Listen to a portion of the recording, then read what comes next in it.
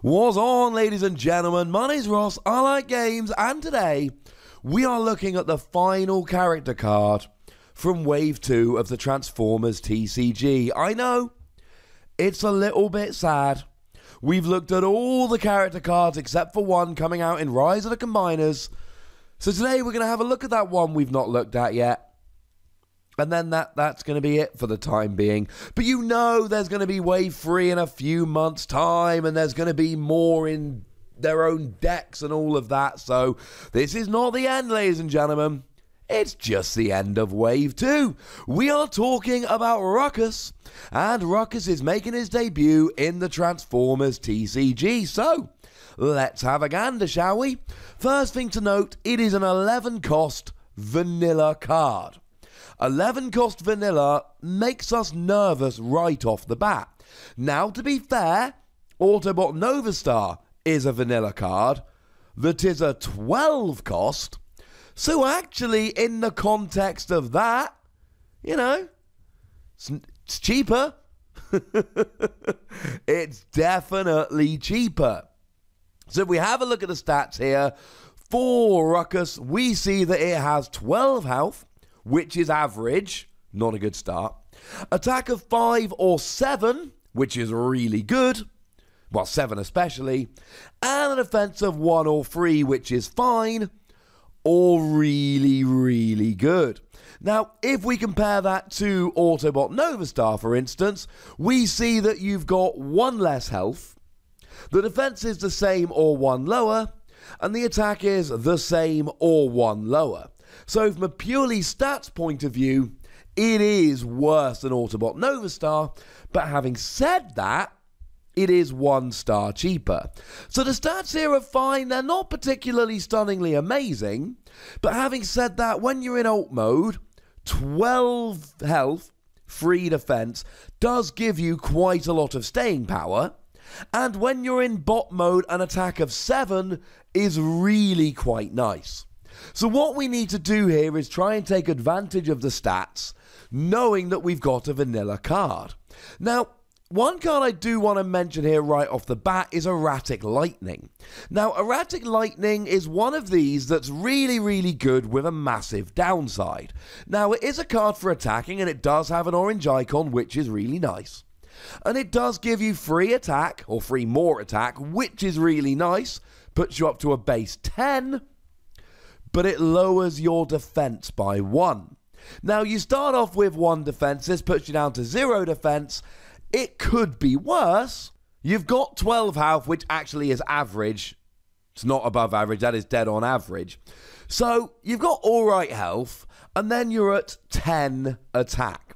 And the thing with playing vanilla cards is sometimes they end up staying around a little bit longer because your opponent is going after the characters with the good skills. And look, it's a hard sell, right? 11 star character, no skills, is a very hard sell. But an attack of 7 is very, very high. We talked about this back with Autobot Nova Star. Attack of 7 is very good. So essentially what we're doing with this character is one of two things.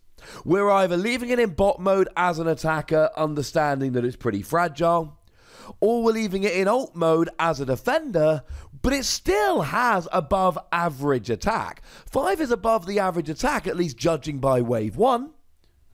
We can do Wave 2 averages, and I will, but the problem is the combiners are made of little weak robots, so that is going to skew a little bit our maths here. It's not going to be perfect because we've got lots of 5 wide teams with really low stats. So I think we'd probably have to look at average non-combiner and average combiner. But then we end up with things like the Dinobots that are combiners, but Grimlock's kind of cheating, so they're not the little weak ones like the Stunticons. And we end up in this whole thing.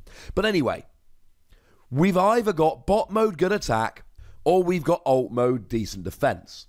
And when we've got these vanilla characters, we need to try and lean into these designations, these factions, call them what you will, because that's how we're really going to take advantage of it. And if you're going to be a vanilla character, Melee is a great great designation. Now, this is only when you're in bot mode, so I'm really thinking Power Sword here. Power Sword will allow you to have bold free. Bold free, ladies and gentlemen, is really good. You flip over 3 more battle cards when you're attacking. But you can only put it onto a melee character, which is fine. This is a melee character. And bold free is great. Here's the thing, though. Just because you're not a melee character in alt mode doesn't mean you can't take advantage of body armor. Body armor gives you tough free, but remember the rule, as I've told you on, well, many occasions in several videos. Melee characters can have melee character upgrades, and you keep them when you flip.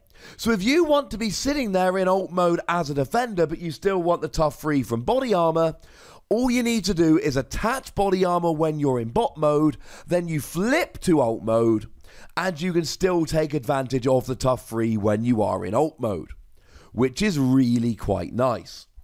As for being a car, I don't know if I want to play this in a car deck, because the problem is we've got just cheaper cars. We've got Prowl, who I talk about in a bunch of videos.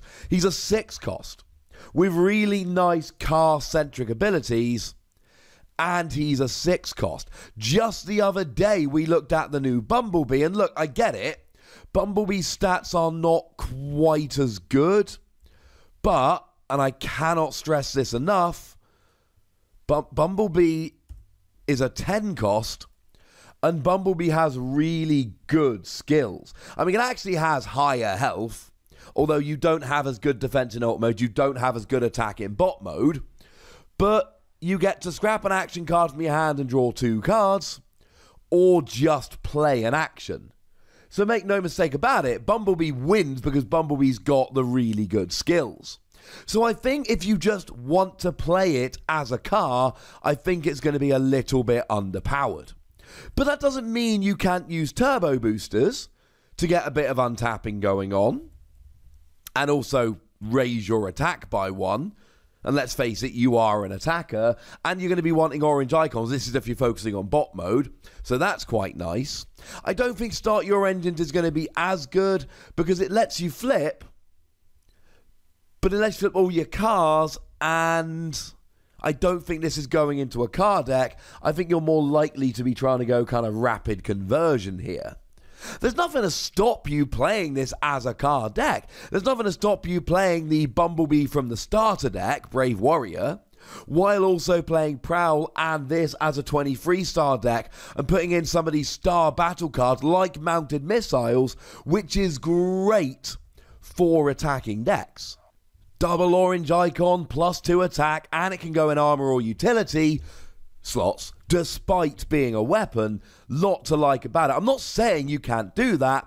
I'm just saying I think if we're going Hot Wheels, if we're making a car's deck, although it's a bit sad that we call it Hot Wheels, not Matchbox. What did Matchbox do wrong? And that could work. I just don't think Hot Wheels is going to want this over some of the other cars that we could play instead. Boo, hiss, etc. And maybe you really want a Decepticon. Maybe you want to play something like Decepticon Crown, for instance, which is going to let you have Plan 1, so that you can essentially fix your top deck. Or maybe you're going to want to play Scoundrel's Blaster, which gives you +2 attack, and gives you PS2 against an Autobot, though it does have a blue pip, which is a little bit sad. And I should mention here that in alt mode you are a ranged character, which does mean that you have access to a couple of funky little upgrade cards, those being the Armed Hovercraft that I love, +1 attack, do 1 damage to each enemy, although unfortunately has a blue icon, and Rapid Ascent, which does have an orange icon, which is nice, +1 defense, and your opponent scraps a card from their hand. I don't like that one anywhere near as much. It is hard to argue in favour of 11 cost vanilla characters when you could be playing something like Bumblebee Trusted Lieutenant, which is still one of the cards I am most excited about from Wave 2. But the fact of the matter is, bot mode has high attack, and alt mode has high defense, and you could absolutely make this work in a deck where that is your focus. Being a melee character really helps, but I do worry that it's not quite enough. But if you think it is enough, ladies and gentlemen, well, good news. There's a comment section, so go nuts. But please do remember to be nice. And then make sure you like this video, subscribe to this channel, and follow me on Twitter at the Wossy, where we talk about Transformers and a whole bunch of other games because I like many games. But by far the most important thing, as always, look after yourselves till next time. Thank you very much for watching. My name's Ross, and you've been watching Wossy Plays.